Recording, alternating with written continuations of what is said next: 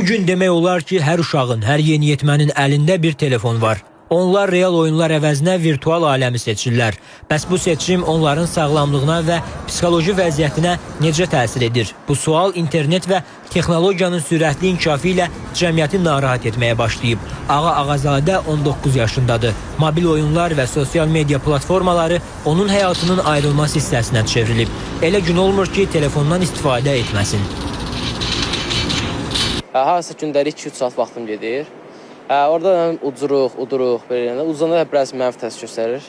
Məsələn, emosiyalar biraz daha çox olur. Sosial şəbəkələrdən də isə, məsələn, Facebook, Instagram, yaxud da Twitter və hal-hazırda mən Instagram daha çox istifadə edirəm. Demək olar ki, hər kəs bunun yanlış olduğunu desə də, əməl edən tapmaq çətindir. Psixoloqlar hesab edirlər ki, yeni texnologiyaların gətirdiyi bəzi vərdişlər cəmiyyətin inkişafda olan fərdlərinin irəliləyişini ləngidir. Onlar sosial münasibətlərdən geri qalır, özlərini ifadə etməkdə çətinlik çəkirlər və bəzən bu, ailə-daxili münasibətlərin soyumasına qədər uzana bilir.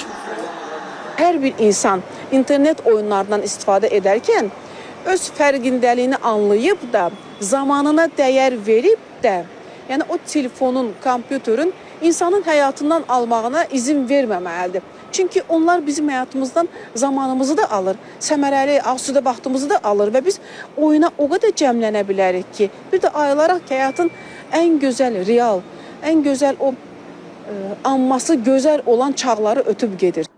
Əksəriyyət bu kimi halları sıradan hesab etsə də, cəmiyyətin istiqamət verici hissəsi məsələnin ciddiliyini anlayır və həyəcan təbili çalır. Günün böyük hissəsini sosial media və virtual oyunlara həsr edən şəxslərdə psixi pozğunluqların yaranması və bunun bir vərdişə çevrilməsi heç də arzu olunan hal hesab edilmir.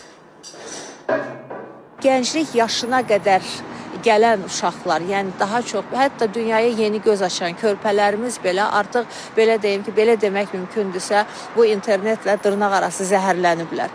Və necə qoruyaq? Bununla bağlı çox həyəcan təbili çalınır. Bununla bağlı valideynlər də narazılıqlarını bildirirlər, təhsil müəssisələrdə, cəmiyyət də deyək ki, parlament olaraq biz də, üzvlər də sadəcə olaraq bu elə bir, belə deyim ki, böyük bir bəladır ki, bununla yəqin ki, sadəcə bir ölkə deyil, ümumilikdə bütün dünya birlikdə mübarizə aparmalıdır. İnternet və yeni texnologiyalar həyatımızı asanlaşdırsa da, onun arxasında gizlənən təhlükələrə biganə qalmaq olmaz. Mütəxəssislər isə deyirlər ki, virtual aləm nə qədər cazibədar görünsə də, real həyatın dəyərlərinin qorunması işıqlı gələcək üçün vacibdir. Qasım Xuluflu, Fariz Quliyev, Qadir Əliyev, İTV Xəbər.